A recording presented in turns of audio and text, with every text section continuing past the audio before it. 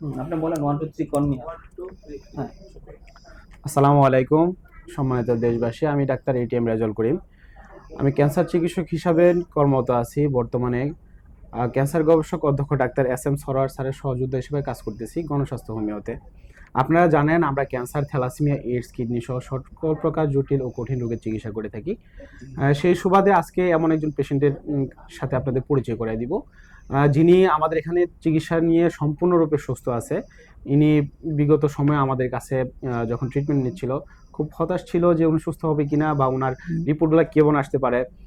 Treatment নেওয়ার পরে দেখা গেছিলো একটু জটিল অবস্থায় চলে গেল। আলহামদুলিল্লাহ রহমতে উনি পুরোপুরি সম্পূর্ণভাবে সুস্থ আছে এবং কিছুদিন আগে ওনাকে নিয়ে আমরা একটা ভিডিও বার্তা আপনাদের কাছে পৌঁছেছিলাম, সেখানেও আপনারা দেখেছিলেন ভালো আছে। আপনারা ওনার সাথে যখন পরিচয় হবে আপনারা বুঝতে পারবেন।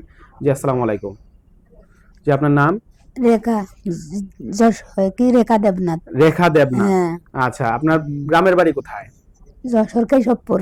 যশোর কেশবপুর। কেশবপুর। গ্রামের নামটা বলেন। গ্রামের নাম ও বেতিকুলা। বেতিখোলা। বেতিখোলা। বাজিয়া।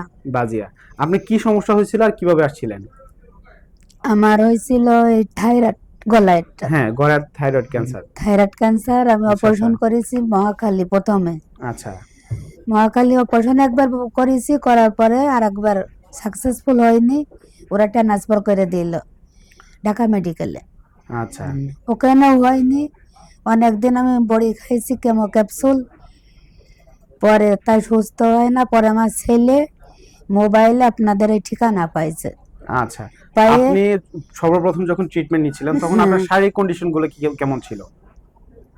মানে ও দুর্বলতা বা হ্যাঁ এই হ্যাঁ, টিউমার অনেক অসুস্থ ছিলাম। অনেক ওই অসুস্থ ওষুধ ছিলেন? যখন খাচ্ছিলাম আচ্ছা। অনেক তো ওষুধ খাওয়ার অসুস্থ। মধ্যে কত দিনের মধ্যে আপনি সুস্থ হওয়া শুরু করলেন? ওই ওষুধ খেয়ে অসুস্থ হয়ে গেছিলাম, এই ওষুধ খেয়ে আমি সুস্থ হয়েছি। এই ওষুধ খেয়ে সুস্থ হ্যাঁ, হয়েছেন। এই এর ওষুধ আগে আপনি খাই। কোন জায়গায় চিকিৎসা করছেন? ওই ঢাকা মেডিকেল। ঢাকা মেডিকেলে। হ্যাঁ। এই পর্যন্ত আমাদের এখানে আসার আগে আপনার এই হ্যাঁ। ট্রিটমেন্ট বাবদ আপনি কেমন টাকা খরচ করছেন? 8-9 লাখ গেছে। 8-9 লাখ টাকা খরচ হ্যাঁ, করছেন। হ্যাঁ। সেটা কত দিনের মধ্যে? 2 বছরের মধ্যে মানে। 2 বছরের মধ্যে 8 থেকে 9 লক্ষ টাকা হ্যাঁ। খরচ করার পরে আপনি সুস্থ হন নাই। না। আর আমাদের এখানে ট্রিটমেন্ট নিচ্ছেন আজকে কতদিন? আজকে 11 মাস। 11 মাস। 11 মাসে আপনি আল্লাহর মধ্যে সম্পূর্ণ সুস্থ। হ্যাঁ। আপনার রিপোর্টগুলো যদি আমি দেখি যে আগের রিপোর্টগুলো এবং পরবর্তী রিপোর্টগুলো, সি সি যে টেস্টগুলো করা আছে, ক্যান্সার মার্কারি টেস্টগুলো, আলহামদুলিল্লাহ একেবারে নরমাল। যদি দেখেন একেবারে নরমাল অবস্থায় আছে। সেই সাথে ওনার শারীরিক কন্ডিশন তো আপনি দেখতেছেন। তো আপনি ওষুধ খাওয়ার পাশাপাশি আপনাকে বলছিলাম থানকুনি পাতা রস, হ্যাঁ, তুলসী পাতা খাই রস, খাই।